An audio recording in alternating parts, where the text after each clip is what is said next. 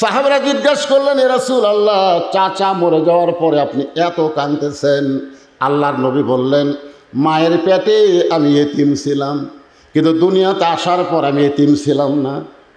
মায়ের পেটে গেছে, কিন্তু দুনিয়াতে আসার পরে আমার চাচা আবু তালেব আমাকে এমনভাবে দরদ দিয়ে লালন পালন করেছে, আমার বাবা নেই এটা আমি বুঝতেই পারিনি।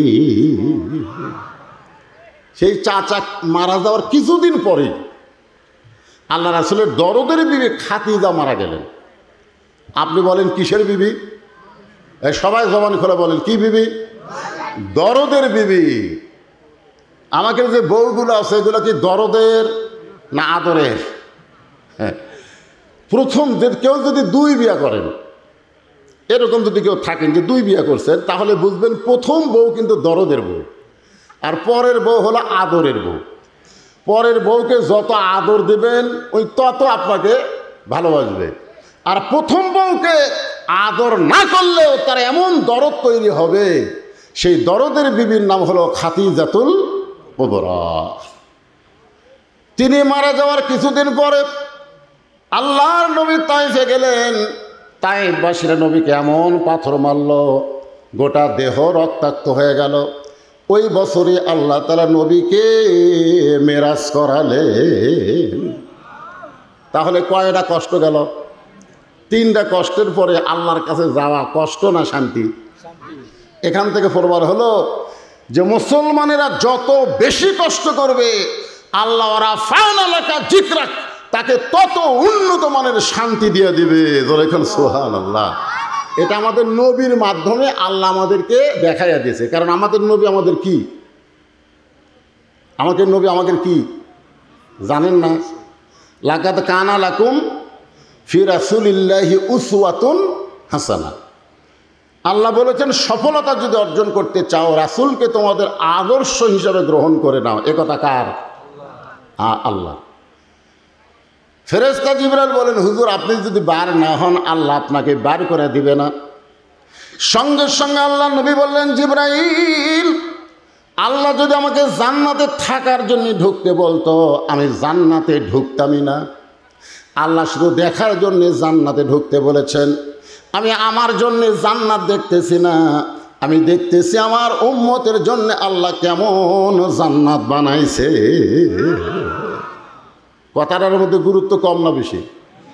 যে আমি আমার জন্যে জান্নাত দেখতেছি না, আমি দেখতেছি কার জন্যে? আল্লাহর জন্যে, উম্মতের জন্যে, মানে আমাকে জন্য। আমি সেই দিন জান্নাতে থাকার জন্য ঢুকবো যেদিন আমার সমস্ত উম্মতকে আল্লাহ জান্নাত দিবে। আছেন আমার মুক্তার, আছেন আমার ব্যারিস্টার, শেষ বিচারের হাইকোর্টেতে তিনি আমায় করবেন পার। আমি পাপী রাসূল জাবিন্দার। আল্লাহ যখন হাকিম হয়ে, সবাই মনোযোগ দিয়ে শুনবেন, আল্লাহ যখন হাকিম হয়ে আমাদেরকে আসামি বানায় বিচার শুরু করবেন, ওই সময় আমাদের নবী উকিল হবেন, ব্যারিস্টার হবেন। আল্লাহর কাছে আমাদের ব্যাপারে ওকালতি করে, ব্যারিস্টারি করে আমাদেরকে জান্নাতে পৌঁছায়া দিবে। তো তাহলে যে নবী আমাদের জন্য আল্লাহর কাছে ওকালতি করবেন, আমরা খুশি না বেজার? মান জাল্লাযী ইয়াশফা'উ ইনদাহু ইল্লা বিইজনিহি। ভাগ্য গুণে আল্লাহ আমাদেরকে সেই নবীর উম্মত হিসেবে কবুল করেছেন, খুশি না বেজার? তাহলে আমার সঙ্গে সবাই একটু বলবেন, নবী না হয়ে দুনিয়ার, না হয়ে ফেরেশতা আল্লাহর, হয়েছি উম্মত আপনার, তার তরে শুকুর। এই জায়গায় যে আমি বলি না, এটা আপনাদের মুখতে শোনার জন্যে। আপনারা করেন হাজারবার, এখন বলেন তো হাজারের খাওয়া আছে। এই গজল যখন লেখছে তখন হাজারের খুবই দাম আসলো। সেই সময়কার মানুষ হাজারের উপরে হয়তো হিসাবই জানতো না, এই জন্য হাজারবার কইছে। বর্তমানে হাজারের কোনো খাওয়া আছে? তাহলে আপনারা হাজারবার করেন, হাজারের উপরে কোনো হিসাব আপনারা জানেন না? কথা কয় না কেন? পিছন থেকে এখনকার লাখও বার, আবার লাখের উপর জানে না। হ্যাঁ, কোটির উপরে তো নাই। কোটি কোটি বলা যাবে, কিন্তু কোটির উপর আবার কী আছে? এখন মিলিয়ন বিলিয়ন টেলিয়ন এগুলো আমরা বাংলার মানুষ বুঝি না ভাই, আমরা কোটি বুঝি। তোর এখন কথা ঠিক কিনা? তার তরে শুকুর কৌটিবার। এমন একজন নবীর উম্মত হওয়াতে আমরা খুশি না বেজার? তাহলে জবান খুলে আর একবার বলি আলহামদুলিল্লাহ। এখন আসেন, যেই কোরআন থেকে আপনারা তাফসির শুনবেন, যেই কোরআন থেকে আপনারা তাফসির শুনবেন, আপনারা বলেন তো এই কোরআনের মধ্যে কোনো সন্দেহ আছে? নির্ভেজাল একটা কিতাব, আল্লাহ আমাদেরকে হেদায়েত স্বরূপ দান করেছে। না, রিপ্লে নাই। এটা কি আল্লাহ আমাকে দেয়নি না অন্য কেউ দিছে? আল্লাহ আমাকে কেমন একটা কিতাব দিলেন, যেই কিতাবের শুরুতে আল্লাহ বললেন জালিকাল কিতাবু লা রাইবা ফীহি হুদাল্লিল।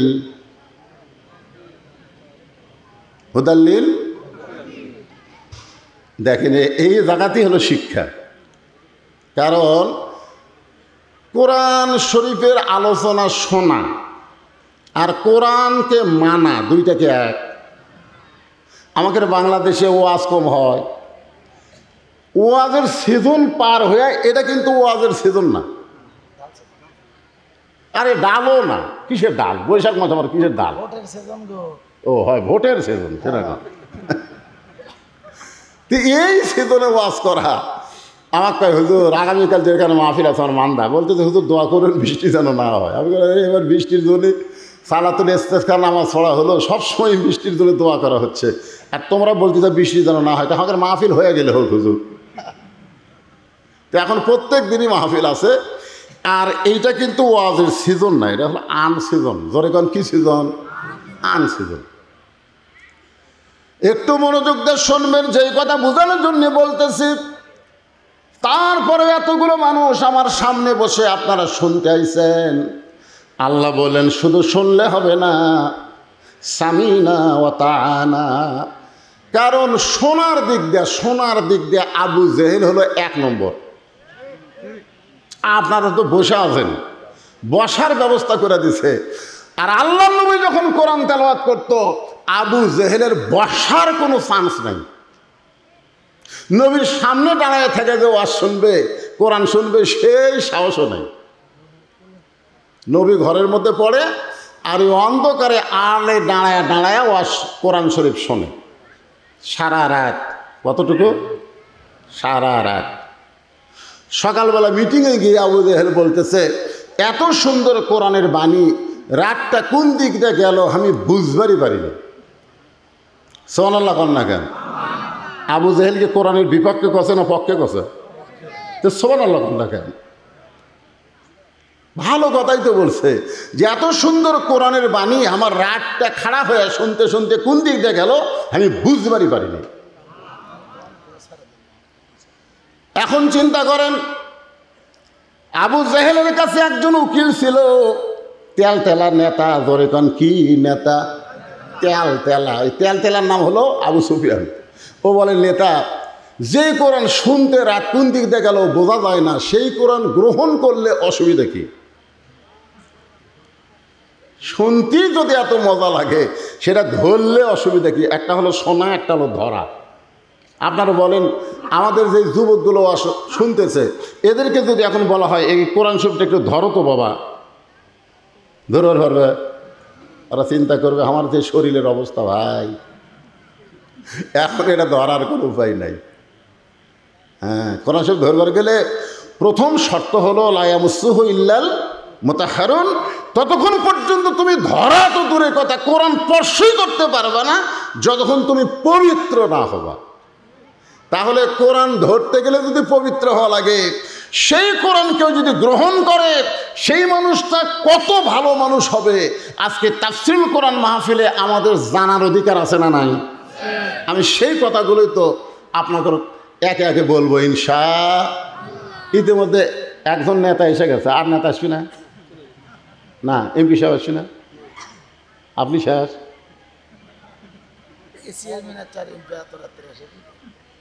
না, শুনলাম যে, আচ্ছা ঠিক। আপনারা ভোটের আগে অসুস্থ হন না পারে, কিন্তু ভোটের পরে অসুস্থ হন, এটাই সমস্যা আছে। কি না, আমি সময় দিলাম তো, আমার খুব মহব্বতের মানুষ। আমাদের মধ্যে আরেকজন প্রার্থী আছে, জুয়েল সরকার।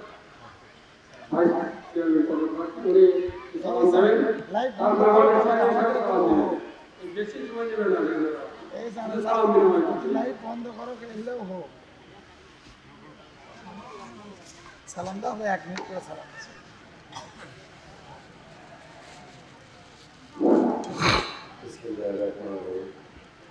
মাঝিরা মুক্ত করা যায় অবশ্যই দিনাজপুর ইসলামী ব্যবসার সম্মানিত সভাপতি, উপস্থিত প্রধান অতিথি,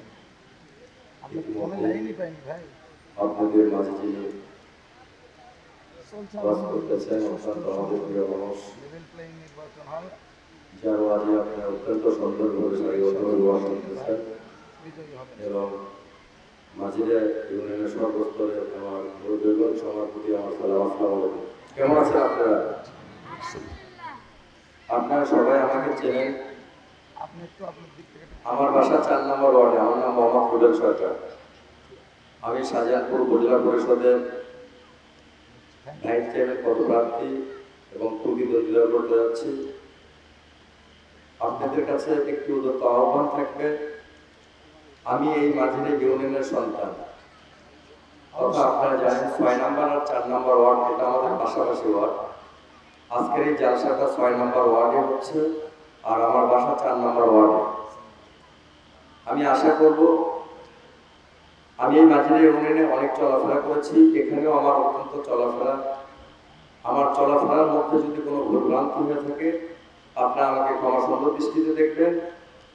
তার সাথে এই শাহজাহানপুর উপজেলা পরিষদে যারা বর্তমান নির্বাচন করতেছে তাদের সাথে আমাকে একটু যাচাই বাছাই করে দেখে আপনারা আপনাদের মূল্যবান ভোটটি দেবেন, কারণ ভোট অতি মূল্যবান। এরপরেও আমার একটা দাবি থাকবে, যেহেতু আমি মাঝিরা ইউনিয়নের একজন সন্তান আর এই ইউনিয়ন থেকে আমি ভোট করতেছি, সেই ক্ষেত্রে আপনাদের কাছে আমার একটা দাবি থাকবে না? যাই হোক, তারপরও আমি বলতেছি, কারণ আমি এই মাঝিরা ইউনিয়নবাসীর কাছে আমার এই 44 বছর জীবনে আমি কারোর সাথে তেমন কোনো খারাপ আচরণ করেছি এই রকমের কোনো নজির আমার মনে হয় নাই। কারণ আমি মাঝিরা স্কুলে লেখাপড়া করেছি, আমার বাবা সিএমএস ক্যান্টনে এখানে চাকরি করত, আপনারা আমার সম্পর্কে সবকিছুই জানেন। আমি মাঝিরাতে একসাথে জমিও দখল করিনি, মাঝিরা স্ট্যান্ডে যদি কখনো মারামারি করতাম তাহলে সেটা আপনারাই জানতেন, কারণ মাঝিরা ইউনিয়নের লোক, মাঝিরাতেই সর্বস্তরের লোকজনের চলাফেরা। আমার যদি কখনো কোনো বেদবি করে থাকি সেটা কিন্তু আপনারাই ভালো জানতেন। যাই হোক, আমার মনে হয় এই রকমের কিছু নাই। তা আপনাদের কাছে আমার একটা দায়িত্ব থাকবে, আমি যদি ভুলও করে থাকি, আমি এই ইউনিয়নের সন্তান, দয়া করে আগামী 29 তারিখে উপজেলা পরিষদের নির্বাচন, এই নির্বাচনে আপনাদের মূল্যবান ভোটটি আমাকে দিয়ে আমাকে জয়যুক্ত করবেন। সেই সঙ্গে আপনাদের সবার সুস্বাস্থ্য দীর্ঘায়ু কামনা করে সংক্ষিপ্ত কথা বলা এখানেই শেষ করছি। আসসালামু আলাইকুম। আর আজকে এই মসজিদের উন্নয়নের জন্য আমি নগদ 5,000 টাকা দান করলাম। আসসালামু আলাইকুম। ধন্যবাদ জনাব জুয়েল সরকারকে, অত্যন্ত সুন্দর কথা বললেন। এই পর্যায়ে কথা বলার জন্য আহ্বান করছি শাহজাহানপুর উপজেলার বর্তমান চেয়ারম্যান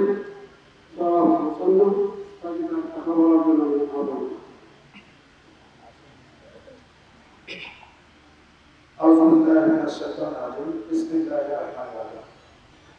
সমস্ত প্রশংসা আল্লাহর জন্য যে মহান আলামিন এই প্রচন্ড গরমের দিনেও কোরআনের মহব্বত আল্লাহ রাসূলের কানে এই কোরআনী মজলিসে আসার সুযোগ করে দিয়েছে, সেই মহানবের শুকর আদায় করি। সবাই বলে আলহামদুলিল্লাহ। লক্ষ কোটি দরুদ বর্ষিত বিশ্ব মানবতার মুক্তির দূত, সকল নবীদের নবী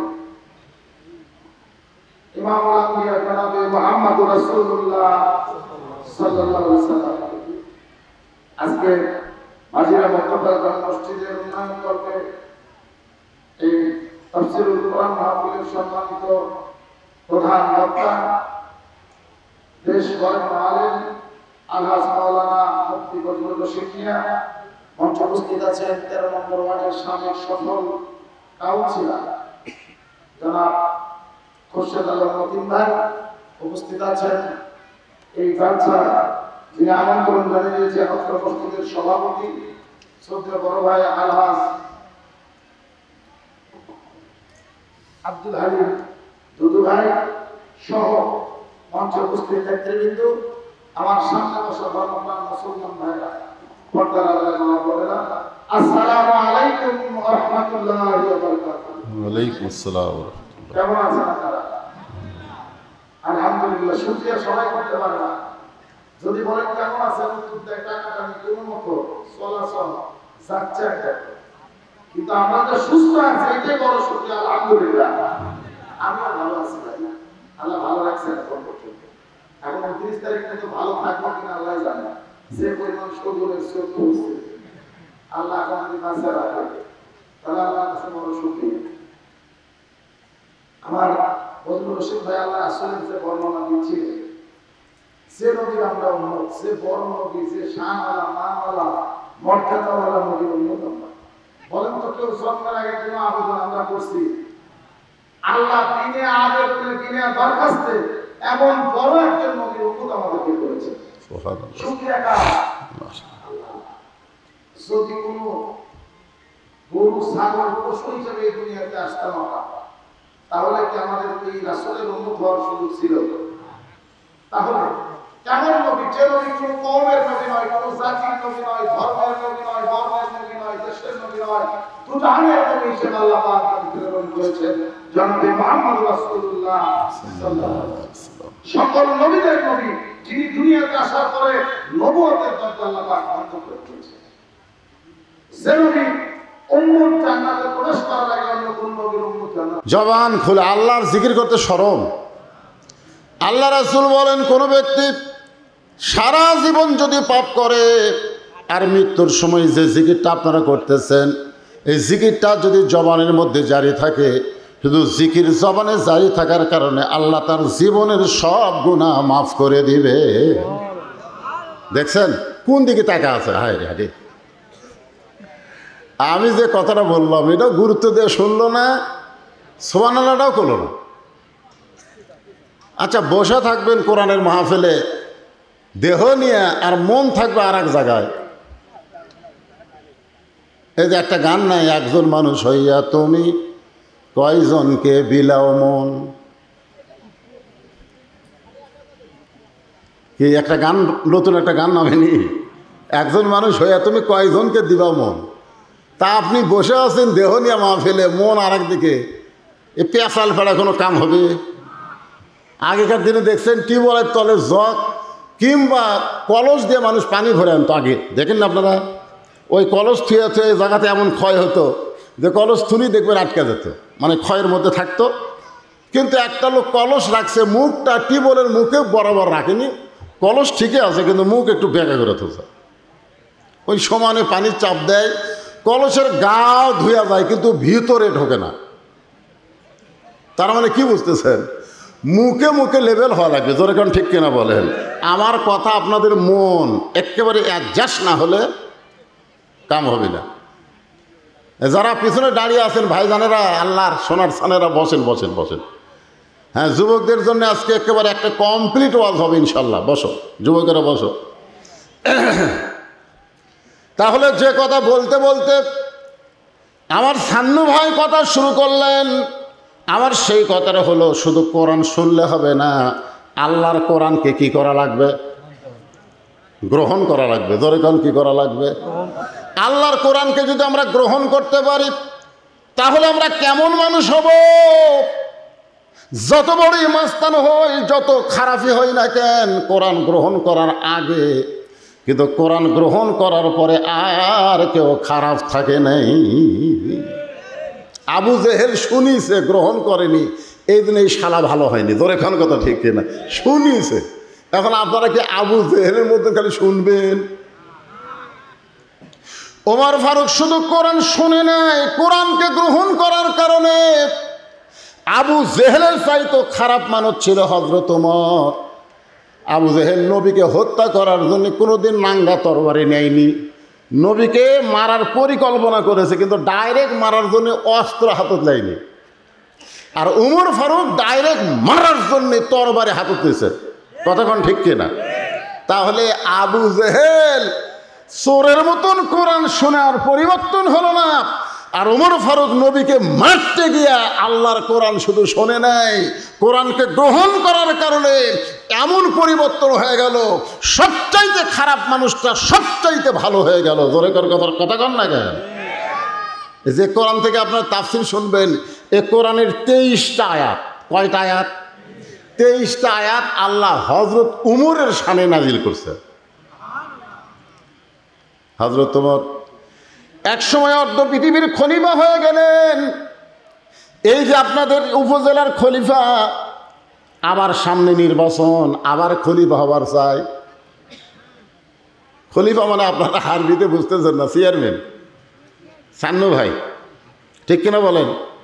আবার চেয়ারম্যান হওয়ার জন্যে আবার আমাদের বাংলাদেশে 5 বছর পর পর ভোট হয়। ধরে কোন কি হয়? এখন আপনারা দিবার পারেন কি না পারেন সেটা আপনাদের ব্যাপার। হয়তো হয় কি না হয়, ওগুলো এখন আলোচনা আমি করবো না। এগুলো আলোচনা করলে সাধারণপুর আবার নিষিদ্ধ হয়ে যাবো, দরকার নেই। খালি তেল তেলা ওয়াজ করে দেবো আল্লাহর কোরআনের উপর। কি ভাই, এই শুনতে আপত্তি আছে? হ্যাঁ, আল্লাহর কোরআনের কথা শুনতে কোনো আপত্তি আছে? তাহলে যেই মানুষটা সবচাইতে খারাপ মানুষ ছিলেন, সেই মানুষটা সবচাইতে ভালো মানুষ হলেন কোরআন শুনে না কোরআন গ্রহণ করে? এখন আপনারা বলেন কোরআন শুনবেন না কোরআন গ্রহণ করবেন? আল্লাহ তাআলা এই কোরআনের কারণে হযরত ওমরকে বাংলাদেশের মতন 96টা দেশের চেয়ারম্যান বানায়া দিছে। বাংলাদেশের মতন কয়টা? একটা উপজেলা, সাধারণপুর উপজেলা।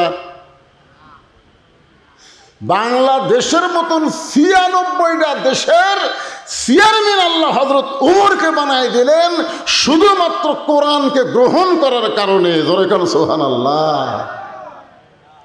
এখন বাংলাদেশের মতন 96টা দেশের চেয়ারম্যান হয়ে হযরত উমরের অহংকার কেমন, ফুটানি কেমন, মাস্তানি কেমন।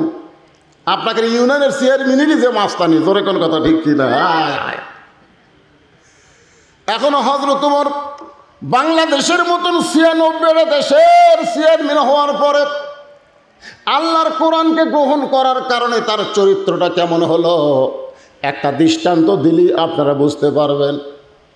জুমার দিনে হযরত উমর যখন মসজিদের মেম্বরে দাঁড়ায় খুতবা দিচ্ছেন, আরবিতে বলা হয় খুতবা, বাংলাতে বলা হয় ভাষণ। হযরত উমর যখন মসজিদের মেম্বরে দাঁড়ায় খুতবা দিচ্ছেন, এমন সময় একজন সাহাবী মাঝখান থেকে দাঁড়িয়ে বলে, আমিরুল মুমিনিন, আপনার খুতবা শুনবো না। আপনার খুতবা শুনবো না।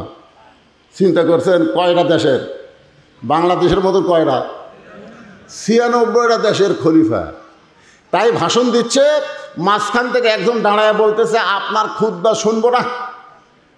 আজকে যদি কেউ আপনারা বলতেন যে আমাকে প্রধান বক্তা ওয়াজ করতেছে, সে ওয়াজ বন্ধ করে সান্নু ভাই তোমার ওয়াজ আমরা শুনবো না, এ কথা যদি কেউ আপনারা বলতেন,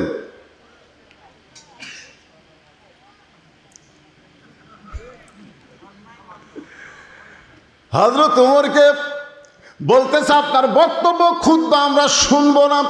সঙ্গে সঙ্গে হযরত ওমর খুতবা বন্ধ করে দিয়ে বললেন, ভাইজান আমার অপরাধ কি? কোন অপরাধে আমার খুতবা শুনবেন না?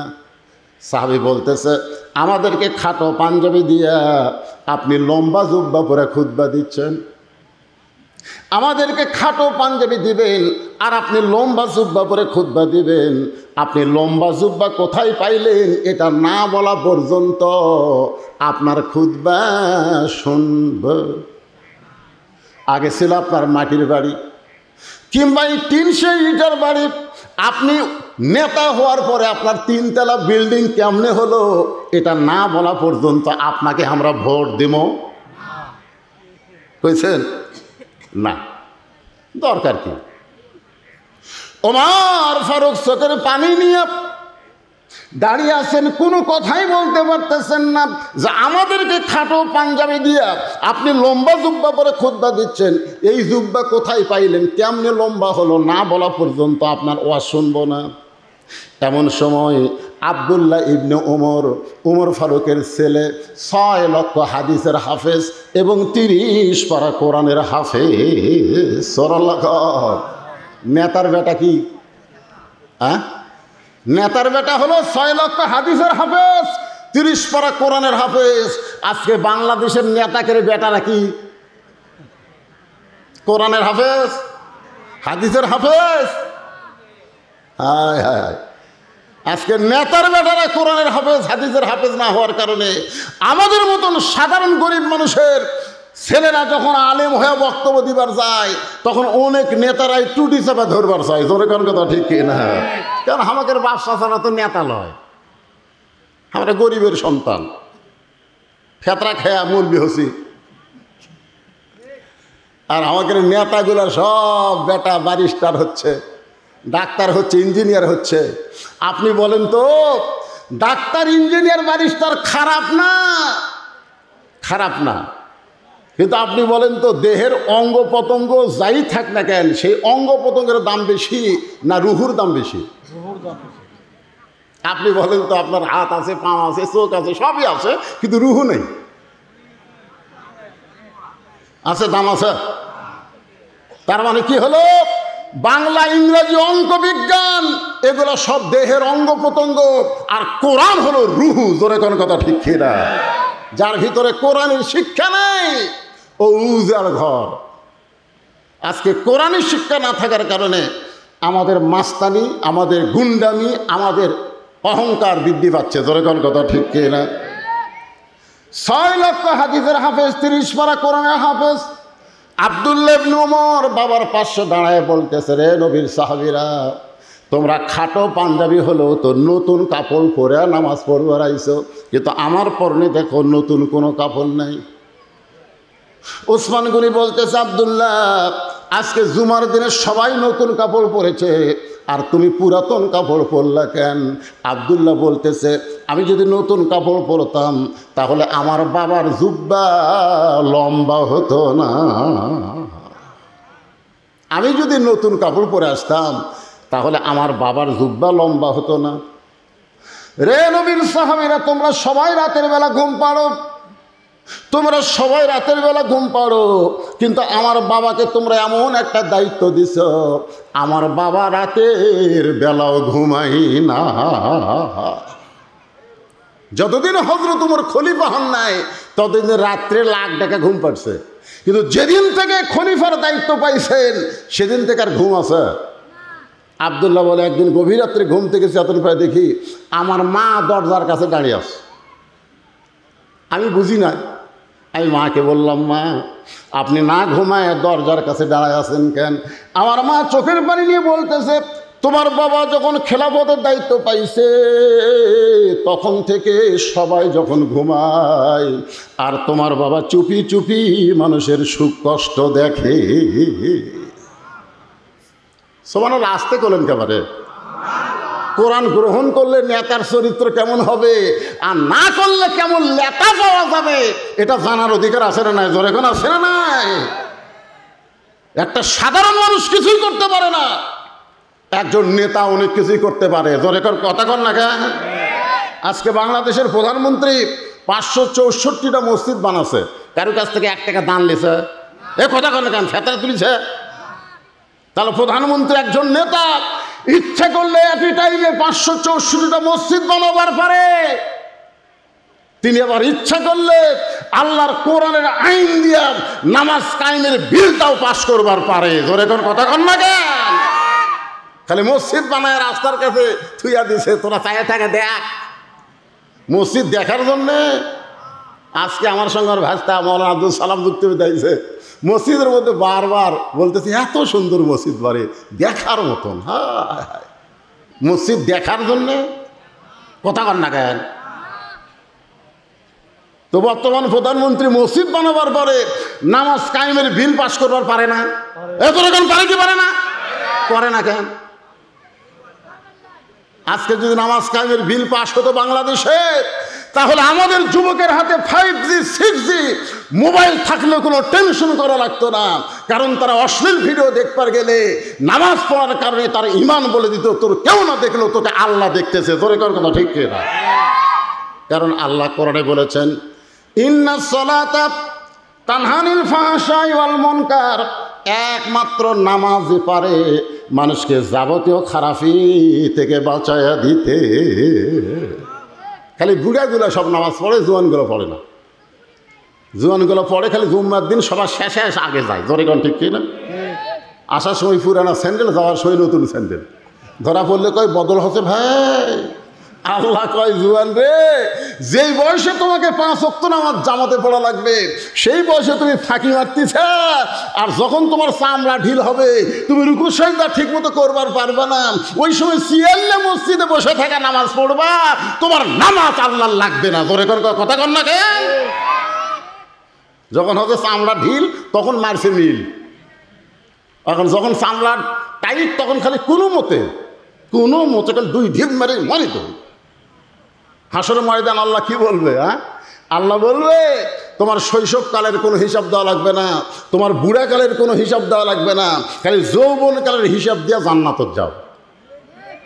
এই যুবক, এই যৌবনকালে কয় ওয়াক্ত পড়িচ্ছা?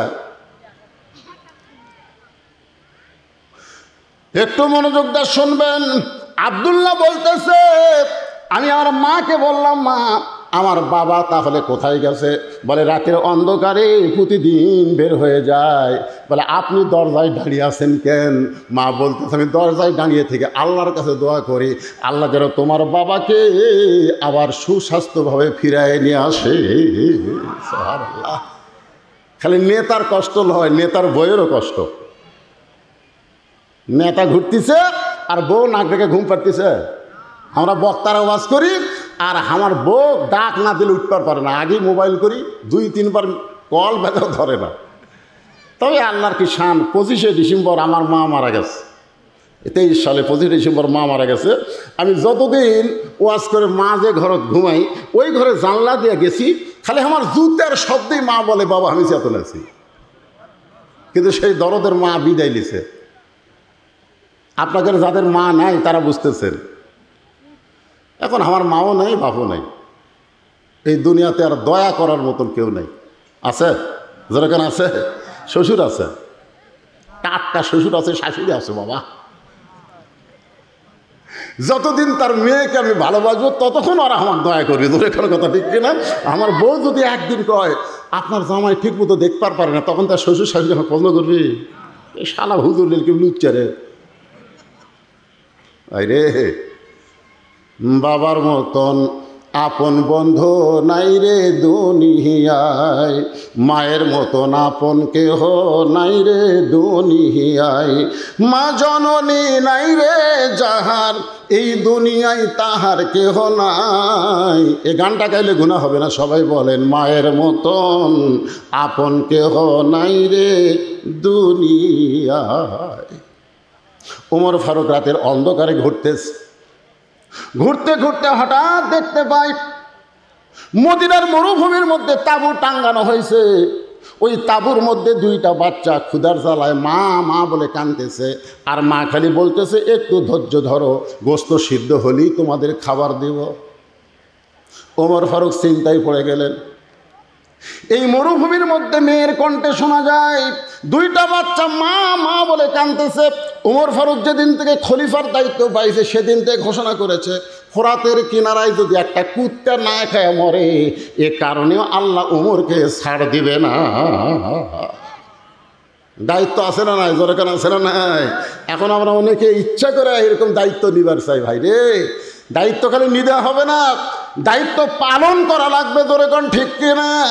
ওমর ফারুক তাঁবুর কাছে গিয়ে বললেন, মা তুমি কেমন মা?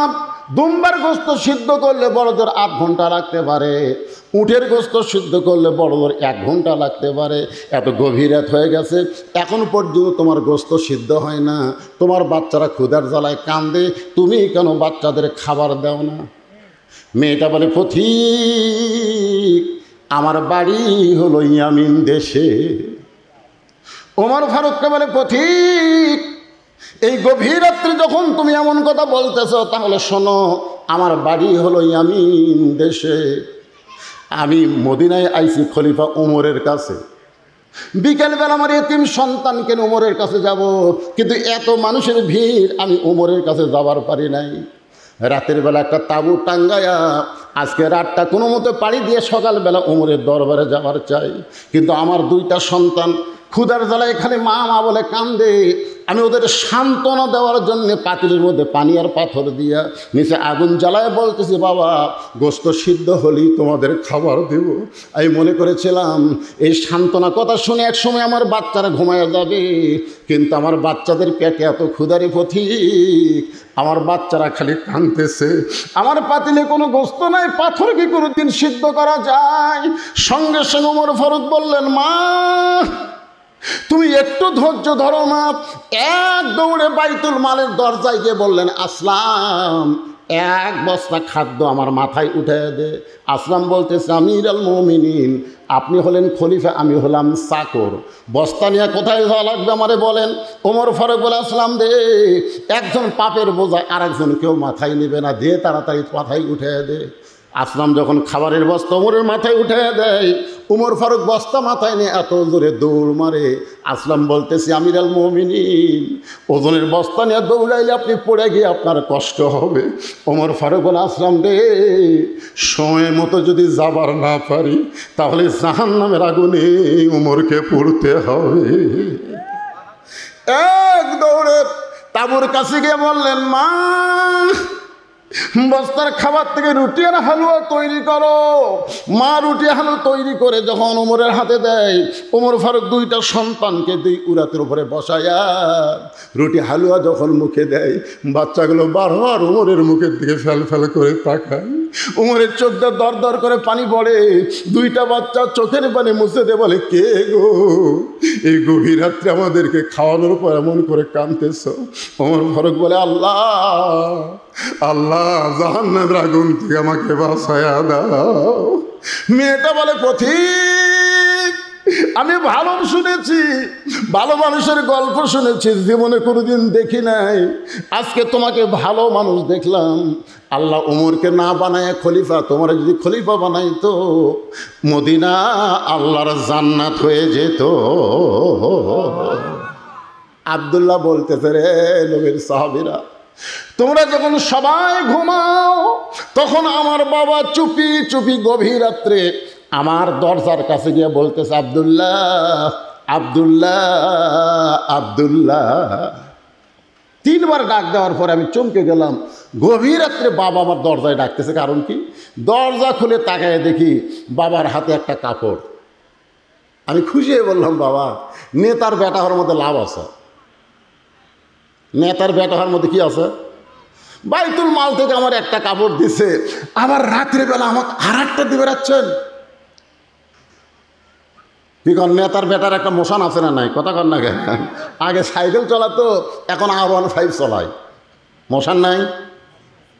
বাইতুল মাল থেকে আমার একটা কাপড় দিছে, আবার গভীর রাত্রে আমাকে আর একটা দিবার আইছেন। সঙ্গে সঙ্গে ওমর ফারুক আল্লাহর কোরআন থেকে তেলাওয়াত করলেন, ইন্নাল্লাহা ইয়ামুরুকুম আন তুআদ্দুল আমানাতি ইলা আহলিহা ওয়া ইযা হাকামতুম বাইনান নাস আন তাহকুমু বিল আদল। আল্লাহু আকবার কর না খের। আমি কার আয়াত করলাম? এই কার আয়াত? কোরআনের আয়াত। আল্লাহ কি বলতেছেন? ইন্নামাল মুমিনুনা আল্লাযীনা ইযা যুকিরাল্লাহু ওয়াজিলাত কুলুবুহুম ওয়া ইযা তুলিয়াত আলাইহিম আয়াতুহু যাদাতুহুম ঈমানাও ওয়া আলা রাব্বিহিম ইয়াতাওয়াক্কালুন। আচ্ছা, মাইকের সাউন্ড কি আপনারা ঠিক মতো শুনতে পাচ্ছেন? হ্যাঁ না? আপনাকে আমি তো বহু ওয়াজ করছি, ওয়াজের বয়স আমার 39 বছর, ওয়াজ করে করে আমি অভিজ্ঞ হয়ে গেছি। তো আপনাকে যেরকম আমার কথার রিপ্লে আসার কথা তা আসতেছে না। আমার কথাকে ঠিক মতো বুঝতে পারতেছেন না? কথা কয় না রে, যাচ্ছে দুই সামনে মাথা ঢোকায় না কি ভাই, বোঝা যাচ্ছে না? এই যে এই মুরব্বী আলের উপর বসে আছে নাকি, আমি দেখি ওই দিক তাকা আছে। কেরে বক্তা যদিও কালো হয়, চেয়ারের দিকে তাকায় থাকলে বোঝেন বা না বোঝেন, আল্লাহ সগীরও কেন মাফ করে দিবে।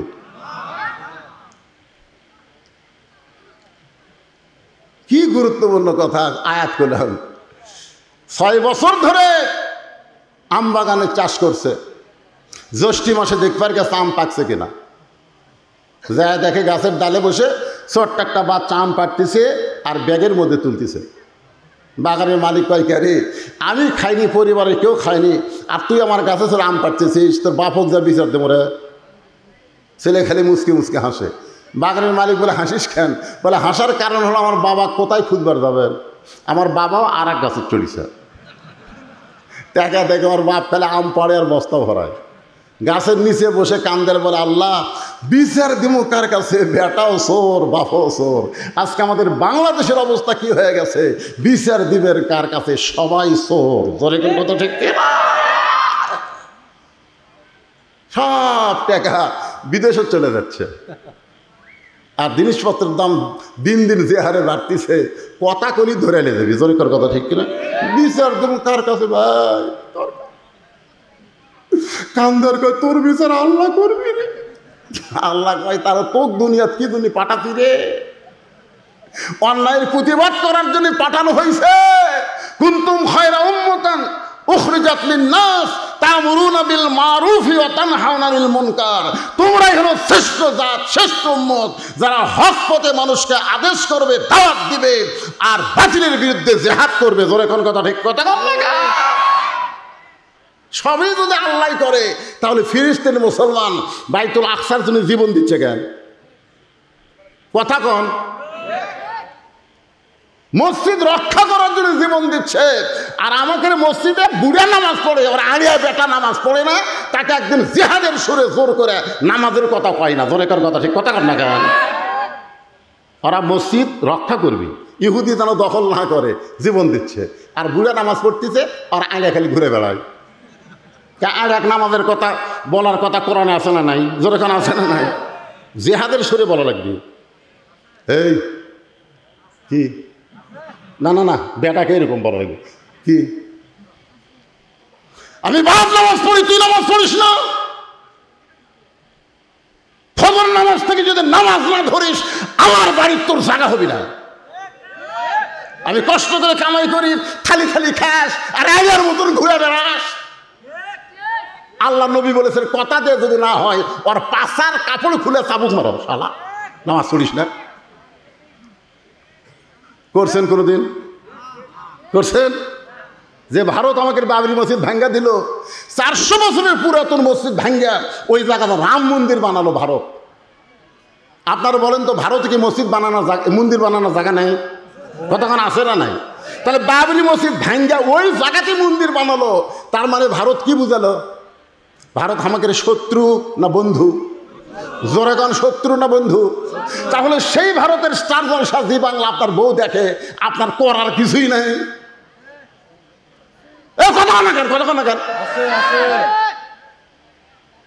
আপনি মুসলমানের বাচ্চা, আপনার ঘরে ভারতের চ্যানেল চলার কারণে হিন্দুকে পূজার মধ্যে হরি হরি লোলো বাসতেছে, আপনার করার কিছু নাই। খালি সরকারের বিরুদ্ধে যুদ্ধ করে না, বেটার বিরুদ্ধে, বইয়ের বিরুদ্ধে। আপনার একটা মেয়ে আছে 17 বছরের, হাইল পরে পরিমণির মতন ঘুরে বেড়ায়, আপনার করার কিছু নাই।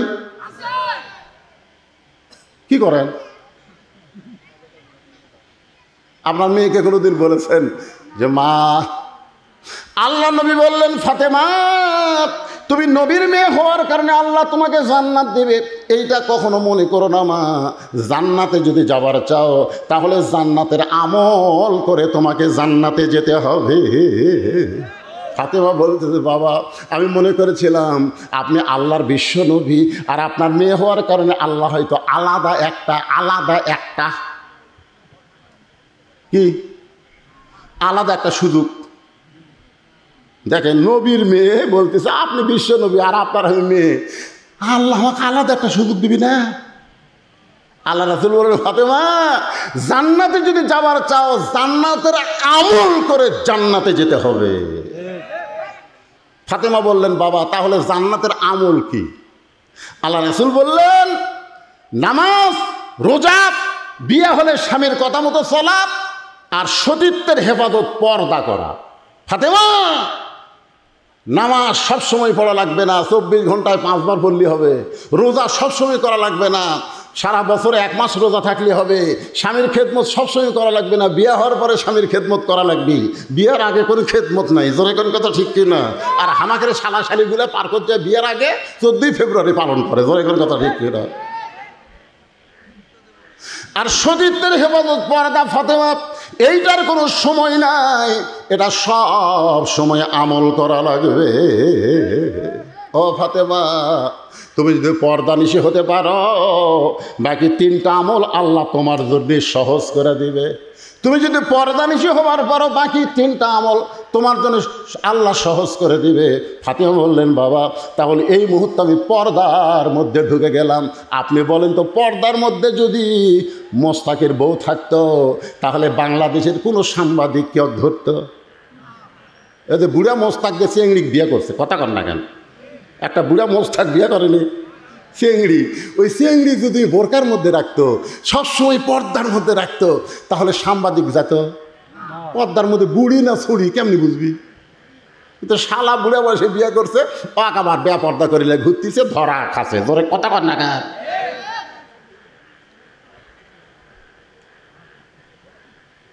মেয়ে মানুষেরা পর্দার মধ্যে থাকতে হবে। হুকুমকার এজরখন হুকুমকার, অকরনা ফি বুয়ুতিকুন্না ওয়ালা তাবাররাজনা তাবাররুজাল জাহিলিয়াতিল উলা। আব্দুল্লাহ বলতেছে, রে নবীর সাহাবীরা, আমার বাবা রাগ করে বলতেছে, আব্দুল্লাহ একটা কাপড় বাইতুল মাল থেকে পাইছিস, আর একটা কাপড় আমি তোমাকে দিবারাইছি, এই বিশ্বাস তোমার কেমনে হইল? আব্দুল্লাহ বলে, বাবা তাহলে গভীর রাত্রে এই কাপড় নিয়ে দাঁড়ানোর কারণ কি? ওমর ফারুক বলে, বেটা রে, এই কাপড় আমার ভাগে পড়ছে বাবা, এই কাপড় পরে আমি যদি আগামীকাল খুতবা দেই, এত ছোট কাপড় পরে খুতবা কেমনে দেব? এই গভীর রাত্রে তোর কাছে আইছি বাজান, আমি দুনিয়ার কারোর কাছে যাবার পারবো না, তোর কাছে বলতেছি তোর কাপড়টা একটু আমাকে দান করে দে বাবা। তোর কাপড় আমার কাপড় একত্র করে আমি একটা লম্বা জুব্বা বানায়া সেই জুব্বা পরে খুতবা দিবার চাই।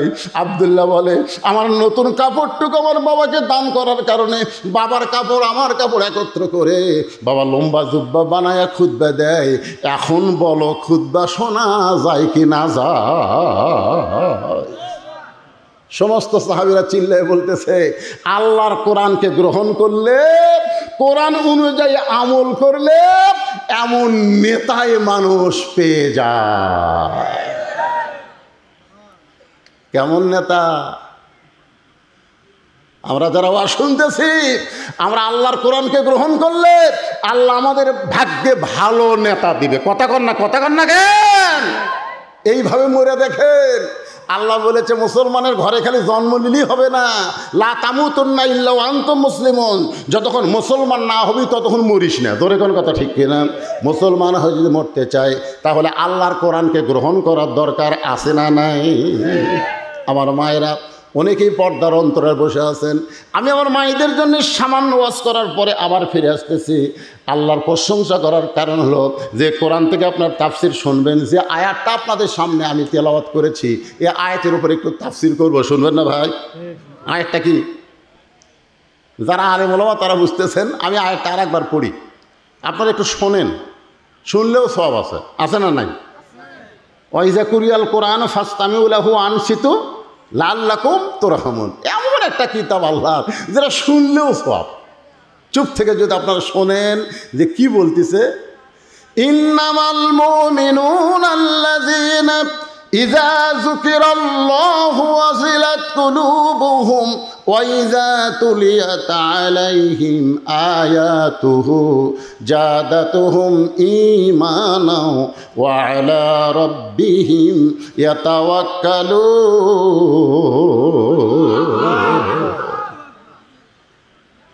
এমনভাবে ফাতেমা পর্দার মধ্যে ঢুকে গেল, এমনভাবে। আসরের নামাজ পড়ে, জোহরের নামাজ পড়ে আল্লাহ রাসূল ফাতেমার বাড়িতে গেছে। কার বাড়ি? দরজার ডাকতেছে, ফাতেমা। ফাতেমা দৌড়ে এসে দরজা কানতেছে। রাসূল বলে, ফাতেমা দরজা খুলে দাও। ফাতেমা বলে, বাবা আমি এখন পর্দার ভিতরে নাই, মানে আমার শরীরে এমন একটা কাপড় আছে যে কাপড়টা পুরো শরীর ঢাকতে পারেনি, আমি পর্দার ভিতরে নাই, এই জন্য আপনার জন্য দরজা খোলা যাবে না।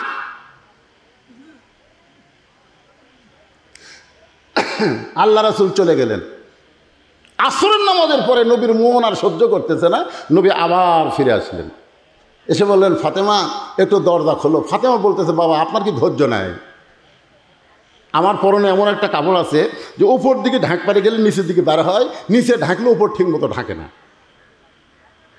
এইরকম অবস্থায় বাবার জন্যও দরজা খুলতে আমি শরম পাই। সঙ্গে সঙ্গে আল্লাহর নবী এক টানে গায়ের চাদর খুলে বললেন, ফাতেমা জানলার কাছে আয়। ফাতেমা যখন জানলার কাছে, নবী চাদরটা দিয়ে বললেন, মা এই চাদরটা দিয়ে তোর শরীর ঢাইকা তোর বাবার জন্য দরজা খুলে দে। ফাতেমা বাবার জন্য দরজা খুলে দিল। নবী তাকায় দেখে ফাতেমা এমন একটা ঘোমটা টানছে, ফাতেমার মুখটা পর্যন্ত দেখা যায় না। রাসূল বললেন, ফাতেমা কয়েকজন ব্যক্তির কাছে পর্দা করা লাগবে না, তার মধ্যে একটা হলো তোমার বাবা।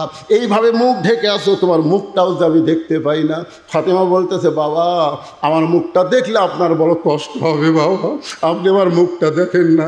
রাসূল বলে, মা তোর মুখটা না দেখলে শান্তি পাইলে একটু দেখতে চাই। সঙ্গে সঙ্গে ফাতেমা যখন ঘোমটা একটু টান দেয়, রাসূল তাকায় দেখে ফাতেমার চোখের নিচে কালিমা পড়ে গেছে। আল্লাহ নবী বলে, ফাতেমা তোর চোখের তলে মনে হয় তুই সুরমা দিয়েছিস মা। ফাতেমা বলে, বাবা এমন একটা গরিব আলীর সঙ্গে আমার বিয়ে দিছেন, ঠিক মতো সংসার চালাবার পারে না, আজ কয়েকদিন হলে আমার খাবার নাই, আমার পরনের ঠিক মতো কাপড় নাই, আপনার চাদর পরে আপনার জন্য দরজা খুলতে হয়। রাসূল বললেন, ফাতেমা বাল তুসিরুনাল হায়াতাদ দুনিয়া ওয়াল আখিরাতু খায়রু ওয়া আবকা। এই তুচ্ছ দুনিয়ার মোহে পাগল হইও না, তুমি এইভাবে কষ্ট করে স্বামীর সংসার করো পর্দার ভিতরে, আল্লাহ তোমার জন্য আখিরাত সুন্দর করে সাজায়া দিবে। 33 বার সুবহানাল্লাহ, 33 বার আলহামদুলিল্লাহ, 34 বার আল্লাহু আকবার আমল করো। দুনিয়া বেশি দিনের জন্য না, দুনিয়া ছাড়াই লাগবে। জোরে কোন কথা ঠিক কি না? আপনারা বলেন তো, ফাতেমা কি বেশি দিন দুনিয়াতে ছিলেন? খুব বেশি দিন ছিলেন না। আল্লাহ রাসূল দুনিয়া থেকে বিদায় নেওয়ার মাত্র 6 মাস। মাত্র কয় মাস? হ্যাঁ। রাসূল যখন দুনিয়া থেকে চলে যাবেন তখন ফাতেমা এত কান্দে, কান্না থেকে আল্লাহ নবী বলেন, মা তুই এরকম কান্দিস কেন? ফাতেমা বলে, বাবা আপনি দুনিয়া থেকে চলে গেলে আমার কি হবে, আমার কি হবে বাবা? আল্লাহ রাসূল বলেন, তোর কানটা আমার মুখের কাছে দে। যেই কানটা মুখের কাছে দেয়, রাসূল বলেন, ফাতেমা আমি দুনিয়া থেকে বিদায় নেওয়ার পর সর্বপ্রথম আমার আত্মীয়র ভিতরে, আপনজনের ভিতরে তোর সঙ্গেই আমার দেখা হবে। ফাতেমার সেই হাসি। মা আয়েশা খালি বারবার বলে যে, আল্লাহর নবী আপনাকে কি বলল? আপনি যে কান্দা কাঁদতেছিলেন কি বলল? এইটা শোনার পর আপনি হাসলেন। ফাতেমা বললেন, গোপন কথা, এটা আপনাকে বলা যাবে না। রাসূল দুনিয়া থেকে যাওয়ার 6 মাস পরে গভীর রাত্রে ফাতেমা হযরত আলীকে বুকের মধ্যে নিয়ে বলে, স্বামী গো, আল্লাহ পাক আমার দোয়া কবুল করছে। সুবহানাল্লাহ বলেন। তা আলী বলতেছে, দোয়া যদি কবুল করে তা কান্দো কেন? আপনারা বলেন তো, দোয়া কবুল হওয়া কি কান্দা না খুশি? কথা কান, খুশি না কান্দা? আলী বলতেছে, ফাতেমা কি দোয়া আল্লাহ কবুল করছে? ফাতেমা বলতেছে, আল্লাহ পর্দার মধ্যে আমার মৃত্যু দিবে, পর্দার মধ্যে আমার মৃত্যু দিবে, এই দোয়া আল্লাহ কবুল করছে। আলী কয়, পাগলি নাকি যে সারা জীবন পর্দার মধ্যে থাকছে, আল্লাহ তো তাকে পর্দার মধ্যেই মৃত্যু দিবে। যারা পর্দার মধ্যে বাংলাদেশও থাকে না, মরার পরে তাকে পর্দা হয়। জোরে কোন কথা ঠিক কিনা? আর তুমি সারা জীবনে পর্দার মধ্যে। আমাদের বাংলাদেশের মেয়েরা কি পর্দা থাকে? এরা মাথার চুল পর্যন্ত বেচা খায়। জোরে কোন কথা ঠিক, কথা কন না কেন? মেয়ে মানুষের কাপড় কয়টা? মরার পরে কয় কাপড়? আপনাকে সাধারণপুর কয় কাপড় দেয়? আপনারা জানেন না মেয়ে মানুষের কয় কাপড়? তো সবাই কন না একেবারে। পুরুষের মতোই 3 কাপড়, আর 2 কাপড় 2 জায়গার জন্য আলাদা। একটা হলো মাথা বান, একটা হলো সিনা বান। আমার কথা বুঝলেন? মেয়ে মানুষের 2টা জিনিস মানুষের খুব লোভ ধরে, একটা হলো বুক আর একটা হলো মাথার চুল। আর সেই চুল এরা বেচা খায়। আছে না নাই? মেয়ে মানুষের যে চুল বেচা, আপনারা জানেন? আপনার বউ যে চুল বেচা খায় আপনি জানেন? তারপরে খাটনি 5 কাপড় দিয়ে থুয়ে আবার খাটনি চাদর দিয়ে ঢাকছে। সবাই বলতেছে মেয়ে মানুষ মরে গেলে লাশ দেখা জায়েজ নাই। কে রে, মরা লাশ দেখা জায়েজ নাই না জেতা দেখা জায়েজ নাই? আপনারা বলেন তো, মেয়ে মানুষের জেতা দেখা জায়েজ নাই না মরা দেখা জায়েজ নাই? তো দেখ, জেতা দেখা জায়েজ নাই ফতুয়া কেউ দেয় না। 5 কাপড় দেওয়ার পরে আবার খাটনি ঢাকাতে হচ্ছে চাদর দিয়ে।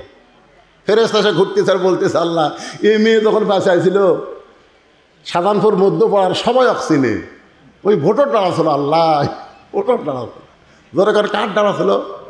আমাকে লাগে এক মেয়ে মানুষ ভোটার ডালা, ভাই যত মরদ মানুষ দেখে দৌড়ে হাত ধরা খায়, ভাই ভোটটা আমার দেওয়াই লাগবে, হাত কাটলে বুঝতে ভোটটা কিন্তু আমার দেওয়াই লাগে। ভাই আমি মেয়ে মানুষ দেখাই দিকে এলে প্রেম যায়, সেরকম আমি চলে যাচ্ছি, তো আমাকে ধরবি মারছি তো যা স্বামী কইলাম, কে ভাই তোমার বউ যদি মরে তুমি কয় কাপড় দিবে? তাই হুজুর আমার বউ ভোটারটা আছে, আপনি মরার কথা বলতেছেন। আরে পাগলা, একদিন তো মরবি, কি কোন একদিন মরবি না? তো মরে গেলে কয় কাপড় দিবে? তো মেয়ে মানুষকে সবাই 5 কাপড় দেয়, আমার বউকে 5 কাপড় দেবো। আমি গেলে 5 কাপড় মরার পরে দিবে। এখন যে জাত তার হাত ধরতেছে আর ভোট চাচ্ছে, 5 কাপড়কে 5 কোটি কাপড় দিল তোর কাম হবি না। কথা কর না কেন ভাই, কথা কর। তো ফেরেশতারা বলতেছে, আল্লাহ 5 কাপড় দিয়ে আবার লাশটাও চাদর দিয়ে ঢাকা রাখছে। এই মেয়েটা মাজরা মধ্যপাড়ার সবাই চেনে, প্রত্যেক বাড়ির সবাই চেনে। মরার পরে এমন পর্দা করার কারণ কি? আল্লাহ বলতেছে, ওই দেশের নাম বাংলাদেশ রে, ওই দেশের মেয়েরা বাঁচলে না মানলেও মরার পরে পর্দা করে রে। আপনারা বলেন তো, মেয়ে মানুষ মরার পরে পর্দা না জীবিত অবস্থায় পর্দা? জীবিত অবস্থায়। আমার মায়েরা যারা ওয়াজ শুনতেছেন, মা মরার পরে 5 কাপড়কে 50 কাপড় দেও কাম হবে না, যেত অবস্থায় যদি পর্দা না করেন। আর এই পর্দাটা করা লাগবে কখন? দাদি না লাতনি? আমাকে এলাকার কোনটা বেশি করে? দাদি না করে না বেশি? দাদি কয় মরা লাগবে ভাই, মরা লাগবে ভাই। মানে বুড়ি হাসে ওই দিতে বোরকা গাওয়াতে, একটা বুড়াও পর্যন্ত বুড়ির দিকে তাকে না, আর সেই বুড়ি বোরকা গাও দিছে। একটা যুবতীর দিকে কিন্তু একটা বুড়াও সুযোগ পেলে তাকায়। তাকায় না ভাই, তাকায় না? তাকায়, বুড়াও তাকায়। কারণ যুবতী সবার চোখতি পড়ে। 50 বছর আমের গাছের গোড়াত বেড়া দিচ্ছে। কে ভাই বেড়া কেন দিচ্ছেন? গরু ছাগল যদি খায় ভাই, সতর্কতা ভালো। আপনারা বলেন তো, 50 বছর আমের গাছের দিকে গরু ছাগল ঘৃণা করে তাকাবি, আর সেরাত মারতেছে বেড়া। সবাই বলতে বেড়া যদি দিবার চাষ, লক লকা পাতা মারাছে ওর গাছে গাও বেড়াতে যা। আমি বলতেছি, বুড়ি দাদির নানির জন্য বোরকা পরা লাগবে না, যুবতীর জন্য বোরকা পরা লাগবে। জোরে কোন কথা ঠিক না? আজকে আমার মায়ের একটু মনোযোগ দিয়ে শুনবেন। আলী বলে, ফাতেমা আল্লাহ তোমার দোয়া কবুল করেছে। তাহলে কান্দার কারণ কি? ফাতেমা বলে, স্বামী গো, কান্দার কারণ হলো আজকে গভীর রাত্রে ফাতেমার মৃত্যু হবে। যেই কইছে গভীর রাত্রে ফাতেমার মৃত্যু হবে, গাছের গোড়া কাটলে গাছটা যেমন ঠাস করে পড়ে যায়, হযরত আলী তেমনি পড়ে গেলেন ঘরের মাজায়। মা ফাতেমা মুচকি মুচকি হাসতেছে, স্বামীর এরকম পড়া দেখে বউটা মুচকি মুচকি হাসতেছে। আপনারা বলেন তো, গভীর রাত্রে কে মারা যাবে, আলী না ফাতেমা? কথা কয় না, কে মারা যাবে? তাহলে হাসতেছে কে? ফাতেমা। আর কাঁদতেছে কে? আলী। কান্না থেকে ফাতেমা মুচকি মুচকি হেসে বলে, আমি জানি আপনি হলেন পৃথিবীর সবচাইতে বড় আলেম, আমি জানি আপনি হলেন পৃথিবীর সবচাইতে বড় বীর। যা সাকারাতুল মাউত হাক্কুন, যত সত্য আছে তার মধ্যে একটা সত্য হলো মরা লাগবেই। জোরে কার কথা ঠিক কিনা?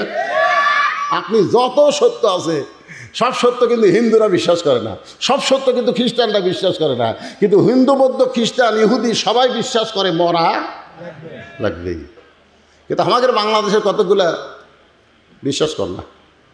তাহলে চাষটাল গল্প করতেছে, উমুকের ফাঁসি হলো, উমুকের ফাঁসি হলো, লব উল্টে খায়। কে রে শয়তান, তোর যে মৃত্যু হবি রে, ফাঁসির তারিখ আছে রে শয়তান, মরার কোনো তারিখ নাই। ধরে কথা কর না কেন, কথা কর না কেন? অপরের ফাঁসি নিয়ে চিন্তা করো, তোমার মরা নিয়ে তুমি একবারও চিন্তা করো না। আলীর কান্না থেকে ফাতেমা হাসতেছে আর বলতেছে, আমি জানি আপনি হলেন পৃথিবীর সবচাইতে বড় আলেম। আপনারা বলেন তো, আল্লাহর নবী যখন, তখন শিক্ষামন্ত্রীর নাম কি? হযরত আলী। আজকে এটা ক্লিয়ার হয়ে যায়। নবী যখন রাষ্ট্রপতি মদিনায় ছিলেন, ওই সময় শিক্ষামন্ত্রীর নাম কি? তোর এখন না কেন, শিক্ষামন্ত্রীর নাম কি? হয়তো আবু বকর যখন মদিনার খলিফা হলেন, ওই সময় শিক্ষামন্ত্রী হজরত আলী। হজরত উমর যখন মদিনার খলিফা, ওই সময় শিক্ষামন্ত্রী হজরত আলী। ধরে এখন সুবহানাল্লাহ। কারণ এইরকম জ্ঞানী মানুষকে শিক্ষামন্ত্রী করা লাগে ভাই। আজকে আমাদের বাংলাদেশের শিক্ষামন্ত্রী কে বেড়া কে? দরকার হলে শুক্রবারও স্কুল খোলা থাকবে। ধরে কোন কথা ঠিক কিনা? শিক্ষামন্ত্রী। শিক্ষার নৈতিকতা না থাকলে আমাদের সন্তানগুলো আর মানুষের চরিত্র রাখবে না, ওদের চরিত্র হবে জানোয়ারের চরিত্র। জোরে কর কথা ঠিক কিনা? প্রাইমারির ক্লাস শুয়ে পড়ে ব্যাগ কান্দত নিয়ে খাড়া হয়ে পেশাব করে। আমি বললাম, কে রে বেটা, এই বসে থাকে কর। কোন ক্লাসে পড়িস? শুয়ে পড়িস চাষা। তো কেমনে পেশাব করা লাগে? তোর স্যার তোকে শিখাইনি? ওকে চাষা দেখি খন প্রাইমারি পেশাবখানার যাদিকে আমার স্যারই খাড়া হয়ে পেশাব করে। ওর স্যারই খাড়া হয়ে পেশাব করে। উনি সেই শিক্ষা গ্রহণ করতেছে। আর সেই শিক্ষার শিক্ষামন্ত্রী। আজকে আমাদের বাংলাদেশের সন্তানগুলো ভবিষ্যতে কি হবে চিন্তা করার দরকার আছে না নাই? জোরে কেন আছে না নাই? শিক্ষামন্ত্রী হযরত আলী।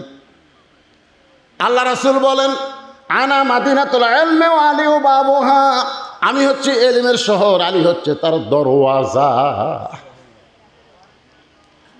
আপনি এত বড় জ্ঞানী হয়ে, এত বড় বীর হয়ে মরার খবর শুনে আপনি এমন করে কাঁদতেছেন কেন?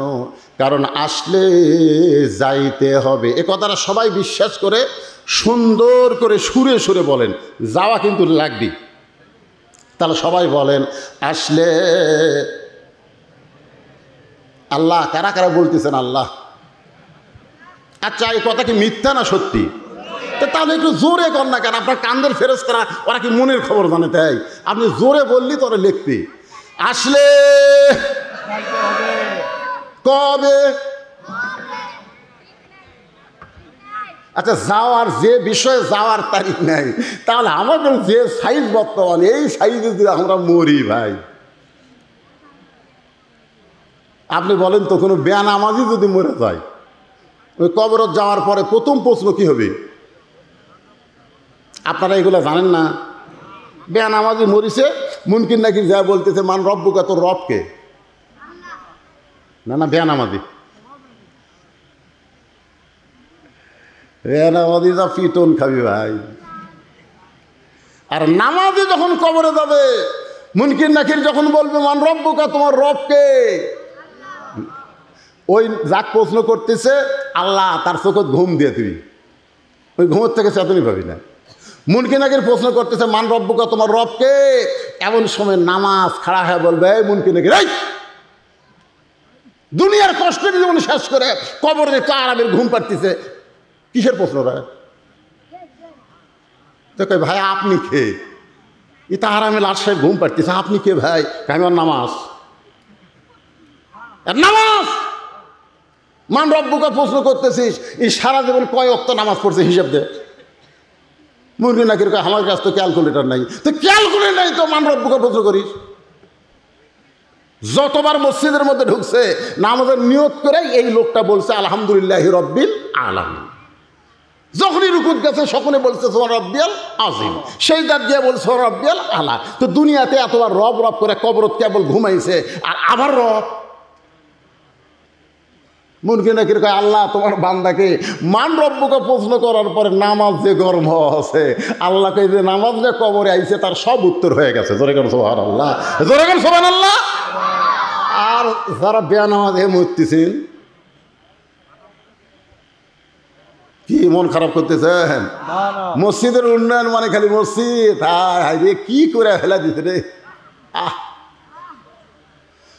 কলজা শান্তি রে, 201 গম্বুজ মসজিদ রে। আমার এলাকার ছেলেরা হাইস মাইক্রো ভাড়া করে দেখবার গেছিল টাঙ্গাইলের গোপালপুরে।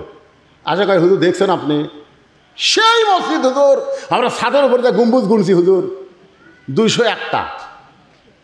হায় হায় মসজিদ দেখে কলজা শান্তি হুজুর। বারবার যখন এই কথা বলতে আমি বললাম, ভাই তোরা গেছিল কয়টায়? সকাল 11টায়। ওখান থেকে মসজিদ দেখে ফেরত আসি কয়টায়? বিকাল 3টায়। তার মধ্যে যে একটা নামাজ গেল জোহরের, সে নামাজের খবর কি? তখন কয় হুজুর আমরা তো দেখবার গেছি হুজুর। চাপাত জুতের বাড়ি মারা দরকার। জোরে কর কথা ঠিক কিনা? আপনারা কোন তো মসজিদ দেখার জন্য সরকার বানাছে?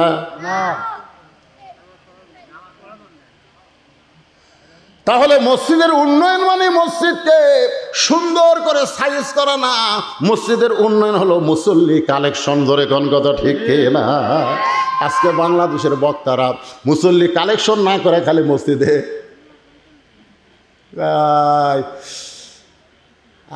এসি করা লাগতেছে, হুজুর ফ্যান দেওয়ার হচ্ছে না। কি করা লাগতেছে? কথা কয় না কেন? এসি করা লাগতেছে। যখন কমিটির সমস্ত লোক বসে মসজিদে এসি কেনার চিন্তা করতেছে, এমন সময় মুয়াজ্জিন সাহেব আর ইমাম সাহেবের মন খারাপ। তখন সবাই বলে, ইমাম সাহেব, মুয়াজ্জিন সাহেব আপনাকে মন খারাপ কেন? বলে, ভাই রে, ইমাম সাহেব বলতেছে আমার ঘরত একটা ফ্যান আছে, ইমামের একটা ঘর আছে, ওই ঘরত একটা পুরাতন ফ্যান দিছে, ভাই ঘুম হয় না, ঘর বিয়ারিং খারাপ। ধরে কোন কি খারাপ? গত বছর যে বেতন আসছিল, আগা বছরও যে বেতন আসছিল, এই বছর সব জিনিসের দাম 3 গুণ হয়ে গেছে, বেতন বাড়ায়নি। বেতন চালে কই এসি আগে কিনা লাগবে, তারপরে বেতন। আপনারা বলেন তো, আগে মসজিদের ইমামের বেতন বাড়ানো দরকার না এসি কেনা দরকার? কোনটা দরকার? আপনারা হক কথা কর না কেন? কোনটা দরকার? আপনি তো বইয়ের গলা ধরে ঘুম পাড়েন। আসসালাতু খায়রুন নাওম কে কই রে? আজকে মুয়াজ্জিনের বেতন যদি বর্তমান বাজার মূল্যে দিবার না পারেন, যতই নামাজ পড়েন একটা নামাজও কবুল হবে না, একটা নামাজও কবুল হবে না। জানেন, 5 ওয়াক্ত যে ইমাম নামাজ পড়ায়, বর্তমান বাজার মূল্যে যদি বেতন দিবার না পারেন, মসজিদ খালি এত ঢপ করে লাভ হবে না, আল্লাহ হাউড়া ভাঙ্গি পিঠে। তোর এখন কথা ঠিক না? ভালো ইমাম নিয়ে আসেন, ভালো খতিব নিয়ে আসেন, ভালো মুয়াজ্জিন নিয়ে আসেন। আমাকে এলাকার এক মুয়াজ্জিন আদান দিবার গেলে কুত্তে এসে লোক মাথে, মানে যে মুয়াজ্জিন আদান ধরে কুত্তে জানলার কাছে আমি মুয়াজ্জিন আদান দেয়, কুত্তে এত গরম কেন? আমি একদিন মুয়াজ্জিনকে বললাম, কে ভাই কি? তো খুবই সমস্যা হুজুর, এই আদান দিবার আসলে কুত্তে এসে লোকমা দেয় করে। আমি বললাম, মুয়াজ্জিন তুমি জানো তোমার দাম কত? বলে, হুজুর আমার দাম কেমন? আমি তখন কোরআন থেকে একটা আয়াত তেলাওয়াত করলাম, ওয়ামান আহসানু কওলাম মিম্মান দাআ ইলাল্লাহ ওয়া আমিলা সলিহান ওয়া ক্বালা ইন্নানি মিনাল মুসলিমিন। মুয়াজ্জিন কয়, হুজুর না, মুয়াজ্জিন মানে আমরা সবাই মুয়াজ্জিন। এক মুয়াজ্জিন মসজিদে আজান দেয়, আর প্রত্যেকটা বাড়ির বাবা তার সন্তানের জানলায় আজান দেওয়া লাগবে, বলা লাগবে। হয়তো মুয়াজ্জিনের আজানে চেতন পাবি না, কারণ আর্জেন্টিনার খেলা দেখে 3টা পর্যন্ত। ধরে কারণ কয়টা পর্যন্ত? 3টা পর্যন্ত খেলা দেখে, ওর চোখত ঘুম নাই। যেই মাত্র খেলা শেষ হয়ে গেছে, ওই এমন ঘুম দিছে ভাই। শীতকালে হচ্ছে খেলা, ওই খেলার সময় যখন মুয়াজ্জিন ফজর আজান দেয়, ওই আজান শুনে আপনার ছেলে বিরক্ত হয়ে ওই ল্যাপটা মাথার উপরে দেয়। ল্যাপটা যখন মাথার উপর দেয়, তখন পাও তো বার হবে, ওই পাও টানা আনা বুকের সঙ্গে ল্যাপটা ধরে থাকে। আপনি বাবা জানলাতে তাকায় দেখতেছেন, ল্যাপের মধ্যে মনে হয় চাউলের বস্তা ঢাকা থোছে, মাথাও নাই, পাও নেই। আমার পাটা গেল কোথায়? 3টা পর্যন্ত হইচই করে খেলা দেখলো, আর আজানের সময় পাটা কুটি রে বিলাই যেমন ইন্দুর ধরে। বাপটা চুপ চুপ করে পাঁঠার কাছে গেছে, যাইয়া যেই ল্যাপ টান দিছে ভাই,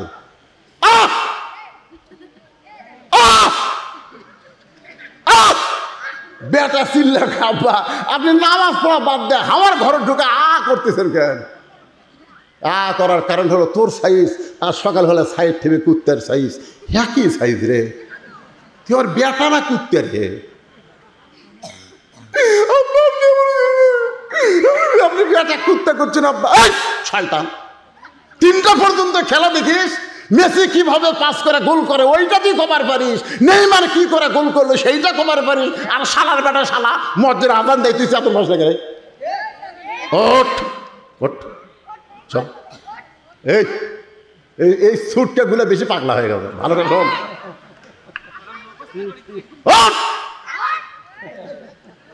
গোসল করবো না উজু করবো, কোনটা করবো কর, কারণ এখন দুটাই বলে করবে। তো এখন অজু করে মসজিদে নিয়ে গেছে, বাবা সুন্নত পড়ে, বেটা সুন্নত পড়ে, কাতা রেখে যায় আমার কাছে খাড়া হয়। বাপ বেটা কাতারবদ্ধ হয়ে নামাজ পড়ছে, ফেরেশতা কয় আল্লাহ বাপ বেটা একসঙ্গে নামাজ পড়লো খবর কি?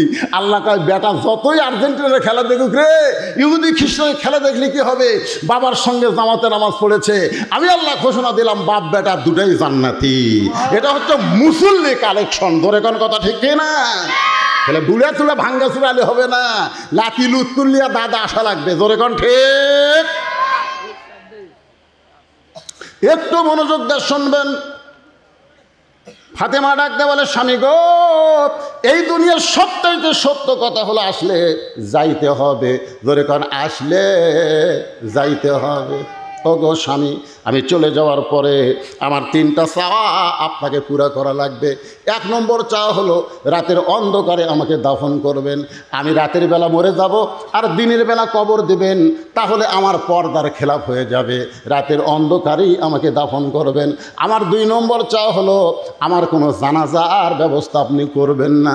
আমার 3 নম্বর চাওয়া হলো আমার লাশটা কিন্তু খাটনিতে তুলবেন না, আপনি কান্দে করে নিয়ে ওই জান্নাতুল বাকির পূর্ব কোণায় সবুজ রঙের একটা বাতি জ্বলবে, ওই বাতি বরাবর আমাকে দাফন করবেন। হযরত আলী গভীর রাত্রে ফাতেমাকে দাফন করার পরে আল্লাহর কাছে কাঁদতেছে আর বলতেছে আল্লাহ পর্দানিশী ফাতেমাকে তুমি কবুল করে নাও। দোয়া করার পরে তাকায় দেখে সামনে কয়েকটা পুরাতন কবর দেখা যায়। এইমাত্র ফাতেমার কবর দিছে, সেই নতুন কবর আর নাই। গোটা জান্নাতুল বাগে হযরত আলী দৌড়ায় বলে এখনই কবর দিলাম ফাতেমার, সেই কবরটা গেল কোন জায়গায়? আল্লাহর বলে আলী রে, ফাতেমা হলো পর্দানিশী, আমি আল্লাহ জোহরা ডিগ্রি দিয়া ফাতেমার কবরটাকে কিয়ামত পর্যন্ত পর্দা করে দিয়েছি। আমার মায়েদের জন্য আমার ওয়াজ শেষ। মায়েরা আপনারা তখন বেদার হন না, আপনাকে 1 নম্বর ওয়াজ হলো পর্দা। ধরে বলেন নাম কি? মায়েরা যদি পর্দার মধ্যে থাকে, ওই পর্দার মধ্যে মায়েরা কোনোদিনও বলবি না আমি সিজার কর্ম, আমি সিজার কর্ম, এটা কোনোদিনও করি না। আজকাল বর্তমানে সিজার যারা করতেছে অধিকাংশ মেয়ের সিজার করতেছে মরদ ডাক্তার। কথা কন না, কেন কথা কর পারেন না আপনারা? একটা পর্দানিশী মা গিয়ে বল মরে আদামুরে, নর্মালে বাচ্চা নেব, সিজার কর্ম না। এই যে সামনেগুলো বসে আছে বুঝলেন, এত পেঁচাল পাঠতেছে কি জন্যে? না না সবগুলা লয় আছে, সিজার বললেন আপনি। দেখবেন বড় ডাক্তার, যত বড় বড় ডাক্তার বাংলাদেশে আছে তাদের বাচ্চা কোনোদিন সিজার করে বইয়ের হয় না। কারণ ডাক্তার জানে সিজার করলে মায়েরও ক্ষতি, বাচ্চারও ক্ষতি। এই জন্য বড় ডাক্তারের সন্তান সিজার লাগে না, বইয়ের সিজার লাগে না। 2 নম্বর হচ্ছে মৌলানাদের বাড়িতে কোনোদিন মিলাদ হয় না, ওরা পরের বাড়িতে পড়ায়, নিজেদের বাড়িতে হয় না। আর 3 নম্বর হলো পীরের বউ কোনোদিন মুরিদ হয় না, কারণ পীরের বউ জানে আমার পীর মাঝে মধ্যে মুরিদের বইয়ের দিকে চোখ মারে, এই শয়তান হাতে কে মুরিদ হবে? আপনি খোঁজরা দেখবেন একটা পীরের বউ মুরিদ হয় না। তাহলে কয়টা কথা বললাম? 1 নম্বর কথা হলো ডাক্তারের বইয়ের সিজার লাগে না। সিজার করলে সন্তান হওয়ার আগেই সন্তানকে পেট কেটে বার করে। ওই সন্তান দুনিয়াতে আসার পরে যখন কান্দাকান্দি করে, দোয়া দরুদ দেওয়ার কান্না থামে না, মোবাইল চালু করে কান্না থামান লাগে। ধরে কোন ঠিক না? ওই খাবার বসে খায় না, মোবাইল চালু করে দিলে তারপরে খায়। এরা হলো সিজার করা। ধরে কোন কি করা? এই সিজার করবে না পর্দানিশী মা। আমার মায়েরা যারা পর্দায় আছেন গো, নর্মালে বাচ্চা নেবেন, কি বলবো প্রসবের কথা, মা বিনে সেই ব্যথা কেউ তো বুঝিবে না মাজন, ঠিকিয়া সন্তানের দায় অকালে মা মারা যায়, কেন সে মায়ের ভক্তি করবা না। এখন চলে আসি আমরা যে আয়াতে কারিমা তেলাওয়াত করলাম। আল্লাহ বলতেছেন মুমিন কারা, মুমিন কারা, ইন্নামাল মুমিনুনা আল্লাযীনা, মুমিন কারা, পাইকারা হারে সবাই কিন্তু মুমিন না। মুমিনদের বৈশিষ্ট্যের মধ্যে 1 নম্বর বৈশিষ্ট্য হলো ইজা যুকিরাল্লাহু ওয়াজিলাত কুলুবুহুম, যখন তারা আল্লাহর জিকির, ভাই এই কোরআনের আয়াতে তাফসীর শুরু হয়ে গেছে, যখন তারা আল্লাহর জিকির করবে, এই জিকির করার কারণে তাদের অন্তরের মধ্যে তড়পড়ানি শুরু হবে। বর্তমানে জিকির করলে শরীর কাঁপে না অন্তর কাঁপে? আপনার এলাকার জাকের বাটি নাই? এখানে আল্লাহ কি বলতেছেন? ওয়াজিলাত কুলুবুহুম, এমন একটা জিকির আল্লাহর কোরআন, যেই জিকিরে অন্তরের মধ্যে প্রশান্তি হয়, অন্তরের মধ্যে তড়পড়ানি হয়। আর এখন বাংলাদেশের জাকির পাটি জিকির করতেছে, আমার দয়াল বাবার দরবারেতে কেউ ফিরে না খালি হাতে, মারতেছে না, মনে হয় ইয়া টানতেছে। আয় হায়, আবার দুই একটা পীর সাহেবের এলাকা ইয়া দেখলাম জিকির করতে করতে মুড়ি দৌড়ে যায়, পীরক পাড়ে ফেলে দেয়। খালি ন্যাংগটি পড়া না থাকলে পীর ন্যাংটা হয়ে যেত, তোর এখন কথা ঠিক কিনা? হায় হায়, আবার দুই একটা দিকে জিকিরের ঠেলার বাইরে এরকম খুঁটি বয়ে বয়ে সামিয়ানার উপর চলে যাচ্ছে। আয় হায়, আল্লাহ বলতেছেন ইজা যুকিরাল্লাহু ওয়াজিলাত কুলুবুহুম, কোরআন এমন একটা জিকির, যেই জিকিরের কারণে তোমার অন্তরে প্রশান্তি তড়পড়ানো শুরু হবে। তুমি নিয়ত করবে এই দুনিয়াতে যদি চলি বলি একমাত্র কোরআন অনুযায়ী চলবো, দরকার হবে কোরআনের আইন, কোরআনের দল করতে গেলে মরণ হয়ে গেলে মরে যাব, তারপরেও আল্লাহর কোরআন ছাড়বো। আজকে সেই নিয়ত আছে। আল্লাহ রাসূল বলেছেন মান সাআলাল্লাহু তাআলা, এই হাদিসটা ভালো করে শোনেন, মান সাআলাল্লাহু তাআলা আশ-শাহাদাতা বিসিদকিন বাল্লাগাহুল্লাহু মানাজিলাশ শুহাদা ওয়া মাতা আলা ফিরাশিহি, রাওয়াহুল বুখারী কিতাবুল মাগাজি।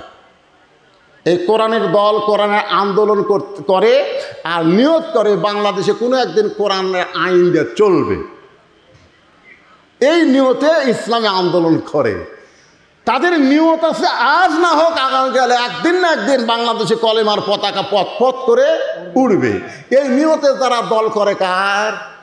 আল্লাহ বলতেছে ওই মাতা আলা ফিরাশিহি, সে যদি নিজের বিছনায়ও মরে যায়, বাল্লাগাহুল্লাহু মানাজিলাশ শুহাদা, এই কোরআনের আন্দোলন করার কারণে হাসরের ময়দানে আল্লাহ তাদেরকে শহীদদের কাতারে দাঁড় করাইয়া দিবে।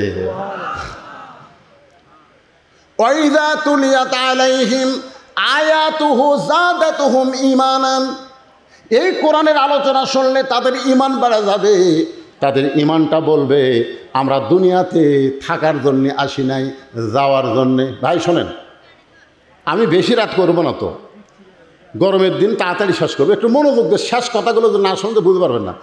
আপনারা বলেন তো, যেখানে থাকতে পারবো না সেটার দিকে আমাকে নজর বেশি, না যেখানে যাওয়া লাগবে সেদিকে আমাকে নজর বেশি? নজর বেশি। আপনি খেলে এইরকম এখন বলে কি দেখতে পেল ভাই, 5 তলার ভিত দিছি রে, 3 তলা হচ্ছে ভাই, 4 তলার জন্য রড বার করে থুছি। এইদিকে হয়ে দেখলে এই কান্দের ফেরেস্তা বেজার হয়, আর এই দিকে হয়ে দেখলে এই বেজার হয়। রে কি দেখিস রে, আমাকে লাগতিস রে, ঠাসি লাগতিস রে, কে রে ঘাড় কাজ করে ওপর দিকে দেখিস রে পাগলা, ওপর দিকে না দেখে নিচের দিকে তাকা। দেখি এই নিচের দিকে, নিচের দিকে। আপনার বলেন তো বাংলাদেশের দোতলা কোনোদিন কবর দেখছেন? দোতলা কবর এ কথা কর না কেন? দোতলা কবর পৃথিবীতে আছে। আমি শ্রেষ্ঠ 2টা গোরস্থানে বারবার গেছি, একটা হলো জান্নাতুল বাকি, একটা জান্নাতুল মাওয়া, যেখানে প্রতিদিন মানুষ মারা যাচ্ছে, দাফন হচ্ছে, তারপরেও 2 তলা 3 তলা 4 তলা করেনি। তাহলে যেখানে যাওয়ার পরে 50,000 বছর কমপক্ষে থাকা লাগবে, সেটাই 1 তলা রে, তাও 19 তলা। আর আমরা 19 তলা গ্যারেজ করছি, 19 তলা গ্যারেজ। তুই কোন তলা থাকিস? 5 তলা। 1.5 লাখ টাকার খাট, 12,000 টাকার কম্বল, পৌষ মাসে ওড়ে তা মানে দিয়ে খায়। আমার বাড়ি আমার ঘর, আমাকে নামাইকে। কান্দের ফেরেস্তা বলতেছে আল্লাহ, বলা লাগবে আল্লাহুম্মা বিইসমিকা আমুতু ওয়া আহইয়া, যে আমুতু আহইয়া না কই কি করলো, আমার বাড়ি ঘর আমাকে নামাইকে। আল্লাহ কিছু ঠিক আছে থাক। রাত 3টার সময় একটা ভূমিকম্প, ধরে কোন কি কম্প, 40 সেকেন্ডের ভাইরে, 40 সেকেন্ড। খালি 2বার বিল্ডিং খালি কাঁপা উঠছে, ওই এত ফোর্সে নামছে, আর ল্যাফের মধ্যে লুঙ্গি খুলে আছে, ওটা ওই পরারই টাইম পাইনি, ওই ন্যাংটা হয়ে নামছে। ধরে কোন কি হয়ে নামছে? তো ফেরেশতারা বলতেছে আল্লাহ নামাইলা তাই বলে ন্যাংটা করে নামালা। আল্লাহ কয় জনগণ যখন নামাবার পারবি না, আমার নামান হলো ন্যাংটা করে। জোরে কর কথা, ঠিক কথা কর না কেন? আপনারা কি বলতেছেন? উঠছে থেকে আল্লাহর নামাবি না, কথা কর না কেন? নামাবি না তো ইজ্জমান তাসা অত জিল্লমান তাসা। তুমি সিঁড়ি বয়ে না উঠতে পারো না, লিফট দিয়ে ওঠো। তুমি 20 তলা যাওয়ার 40 তলা যাও, তোমাকে নামতে হবে। জোরে কোন কথা ঠিক না? তুমি 3 তলা বানাও আর 4 তলা বানাও আর 7 তলা বানাও, তোমাকে কবরে যাওয়া লাগবেই। জোরে কোন কথা ঠিক না? এই সত্য কথা বিশ্বাস আমরা করতে পারি না। যদি ওই কথা বিশ্বাস করি যে আসলে যাইতে হবে, যে কোনো সময় যাওয়া লাগবে, তাহলে আমাদের চাল চরিত্র ওই কাফের বেঈমানদের মতো হতো না। আমাদের চাল চরিত্র হলো মুসলমানের মতো। জোরে কোন কথা ঠিক না? যাদাতুহুম ঈমানা ওয়া আলা রাব্বিহিম ইয়াতাওয়াক্কালুন। সর্ব অবস্থায় আমরা একমাত্র ভরসা করব কার উপর? বৃষ্টি হলেই যে ঝড় হবে তাই? বৃষ্টি হলেই ঝড় হবে? আপনারা বলেন তো, এর আগে কোনোদিন বৈশাখ মাসে বৃষ্টির জন্য এত দোয়া হচ্ছে? কথা কন না কেন ভাই? আমি তো আমার 39 বছরে ওয়াজের বয়সে দেখিনি যে বৃষ্টির জন্য প্রত্যেক জেলায় জেলায় নামাজ। তারপরে যখন বৃষ্টি হচ্ছিল না, তখন আমাকে দিয়ে এখন করছিল, হুজুর আপনার বিরুদ্ধে আর কাম হবি না হুজুর। আমরা তখন আর সরমের মানুষ কিছুই করতে পারি না, গুনগুন করে আমি আরবি দিয়ে বৃষ্টির দোয়া করি। শোনেন, এই যে নামাজ হচ্ছে, দোয়া হচ্ছে দেখে একবার বৈশাখ মাসে যে বৃষ্টিটা হলো আপনাকে এলাকার, আপনারা বলেন তো বৃষ্টি হচ্ছে না ঝড় হচ্ছে? কথা কন না কেন? কোনো ঝড় আছে? এরা দোয়া কবুলের লক্ষণ রে পাগলারা। এর আগে বৈশাখ মাসে ম্যাক করলে আগে বাতাস হবি, ঝড় হবি, আম ফালাবি, আমের ডাল ভাঙবি, তারপরে পাথর হবি, তারপরে বৃষ্টি হবে। জোরে কথা কন না কেন? এ বছর কোনো ঝড় আছে? বৈশাখ মাসের কয়দিন আছে? আমি মনে করেন সেদিন মহাস্থানে যে কামটা হলো, বুঝলেন, ওই বৈশাখের শেষ বৃহস্পতিবার আমি সেই রাত্রে ওয়াজ করি, আল্লাহ আজকের রাত তো মহাস্থানে সেই কাম হচ্ছে। আমি সিরাজগঞ্জে ওয়াজ করতেছি, আল্লাহ দেখ, আল্লাহ আল্লাহ তুমি গজব দেখ না আল্লাহ। হাই হাই শুনলাম কয়েক মন বলে গাঁজা খাসিরি। সুলতান বলকি মহীশ্বর পরশুরামের বিরুদ্ধে যুদ্ধ করে আল্লাহর দিন প্রতিষ্ঠা করলো, আর মহীশ্বরের পাটাগুলা যায় এখন কি করতেছে? গাঁজা খায়। আল্লাহ তারপর আমাদেরকে ঝড় দেয়নি, আমাদেরকে কোনো গজব দেয়নি। আজকে শুকরিয়া তান আল্লাহর ঘর মসজিদে আপনাদের কাছে রুমাল যাবে, ব্যাগ যাবে। শুকরিয়া তান যে কোনো বিপদ আপদ মুসিবত আল্লাহ দেয় না। সদকা তো তারুদ্দুল বালা, দান সদকা করলে আল্লাহ বালা মুসিবতকে দূর করে দেয়। এই জন্য আপনাদের কাছে রুমাল এবং ব্যাগ যাবে। মন খুশি করে যার যা ইচ্ছা আল্লাহর ঘরে আপনারা দান করবেন। রাজি আছেন? আপনাদের কাছে ব্যাগ গেলে, রুমাল গেলে কারা কারা 1 টাকাও দিবেন না? আছে কেন? সবাই দিবেন? মাশাআল্লাহ। তাহলে ব্যাগ পাঠিয়ে না, তোমরা ভিতরে যাও। আর এখানে 1000, 2000, 5000, 10,000 কেউ যতক্ষণ ব্যাগ আদায় করতে সময় লাগবে, ঠিক ওই সময় পর্যন্ত আমি টেবিলে আদায় করব। আর আপনারা যারা উঠবেন না, 10 টাকা, 20 টাকা, 50, 100 দিবেন। আপনার কাছে ব্যাগ যাবে, ইনশাল্লাহ আপনারা দিয়ে দেবেন আল্লাহর রাস্তায়। ব্যাগ আলার ভাইদেরকে বলতেছি, আর দেরি করো না, ভিতরে নেমে যাও। আর আপনাদের মধ্যে কেউ যদি থাকে মসজিদ কমিটির সভাপতি, সেক্রেটারি, কেশিয়ার সদস্য, তারা যদি কয় না হুজুর আমরা ব্যাগের মধ্যে, আসলে তারকে দান ব্যাগের মধ্যে মানাবেও না, আমি তাদেরকে স্টেজের উপরে ডাকতেছি। বেশি বিরক্ত করা যাবে না, কারণ দীর্ঘ সময় এখন বাজতেছে 12:10। আমি উঠছি 10:15, এখন বাজতেছে 12:10। দীর্ঘ সময় আলোচনা করার পর, আদায়ের পরে আমার বাকি কথাটা বলে আপনাদের নিয়ে আমি আল্লাহর কাছে মোনাজাত করতে চাই। ভাইজান, ও মুরব্বী ওঠেন না বাবা, এই যে এখন উঠে গেলে, বসেন বসেন। তাবারক আছে? মাশাআল্লাহ, আপনাদের জন্য তাবারকেরও ব্যবস্থা আছে। মাশাআল্লাহ, হ্যাঁ তাবারকের ব্যবস্থা আছে। এই ব্যাগ পাঠিয়ে নামে না কেন? এই কামটা তো তাড়াতাড়ি করা লাগবে। নামছে? হ্যাঁ, কিসের ব্যাগ নিছে এটারে? আচ্ছা আচ্ছা, ঠিক আছে, লাও দেন দেন, সবাই দেন। আর এখানে আরও 2 জন অতিথি এসেছেন, 3 জন, আরও 3 জন এসেছেন। তারা কোথায়? আচ্ছা, আমাদের সামনে আপনাদের নির্বাচন আছে, তো এই জন্য অতিথিগুলোকে কিছু বেশি কিছু না, তারা শুধু সালাম বিনিময় করবেন। 3 জন অতিথি এসেছেন, তারা এই ফাঁকে কিছু কথা বলুক, আপনারা শোনেন আর এই ব্যাগের মধ্যে দিয়ে দেন। আর স্টেজে যদি কেউ আপনারা দেন, হ্যাঁ, টেজে যদি আপনারা কেউ দেন 10,000, 20,000, 5,000, 1,000, 2,000 তাহলে নিয়ে আসেন। আপনারা তো আদায় করছেন ইনশাল্লাহ। তারপরেও যদি কেউ বাকি থাকে যে না আমরা হুজুরের হাতে দেবো মসজিদের জন্য, তাহলে এখানে এসে দিতে পারেন। আসসালামু আলাইকুম ওয়া রাহমাতুল্লাহ। এই মাইক চালু করে দিন। আসসালামু আলাইকুম ওয়া রাহমাতুল্লাহ। সম্মানিত উপস্থিতি, আমাদের মধ্যে আসন্ন সাজাদপুর উপজেলা পরিষদ নির্বাচনে বিশিষ্ট সাংবাদিক, শিক্ষক জনাব সাজিদুর রহমান সবুজ উনি উপস্থিত হয়েছেন। উনি ভাইস চেয়ারম্যান পদপ্রার্থী। উনি এখন আপনাদের সঙ্গে সালাম বিনিময় করবেন এবং উনি আপনাদের সঙ্গে কিছু কথা বলবেন। أعوذ بالله من الشيطان الرجيم بسم الله الرحمن الرحيم মাসিয়া বক্তব্য জানি মসজিদের উন্নয়ন করতে তাফসীর কোরআন মাহফিলে উপস্থিত সম্মানিত প্রধান বক্তা যার অত্যন্ত চমৎকার বয়ান আমরা শুনছিলাম।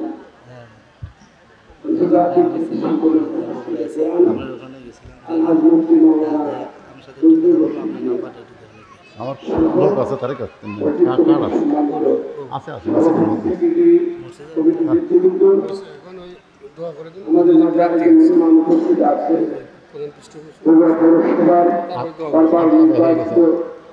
সাবেক কাউন্সিলর জনাব আপনারা দিচ্ছেন, আপনারা দিচ্ছেন করেন না এখনো। আমার টিচার চাইছি তো ব্যাংক যারা হচ্ছে দিচ্ছেন না। আসসালামু আলাইকুম। আপনারা ইতিমধ্যে দেখেছেন আগামী 29 তারিখ সাজাদপুর উপজেলা পরিষদের নির্বাচন অনুষ্ঠিত হতে যাচ্ছে। এই নির্বাচনের মধ্যে দিয়ে একজন চেয়ারম্যান, একজন